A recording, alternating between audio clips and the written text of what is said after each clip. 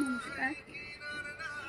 কবিগুরু রবীন্দ্রনাথ ঠাকুরের ইচ্ছামতি।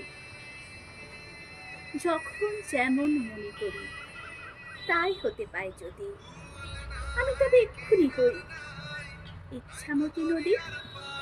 রইবে আমার দক্ষিণ ধারে সূর্য ওঠার পার, বাঁয়ের ধারে সন্ধেবেলা নামবে অন্ধকার।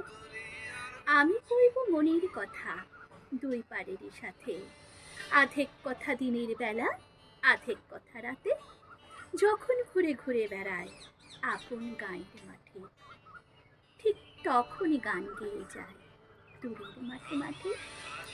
গাঁয়ের মানুষ চিনি যারা নাইতে আসে জলে, গরু মহিষ নিয়ে যারা সাঁতরে ওপার চলে, দূরের মানুষ যারা তাদের নতুন তরবেশ, নাম জানি নে গ্রাম জানি নে অদ্ভুত একশেষ।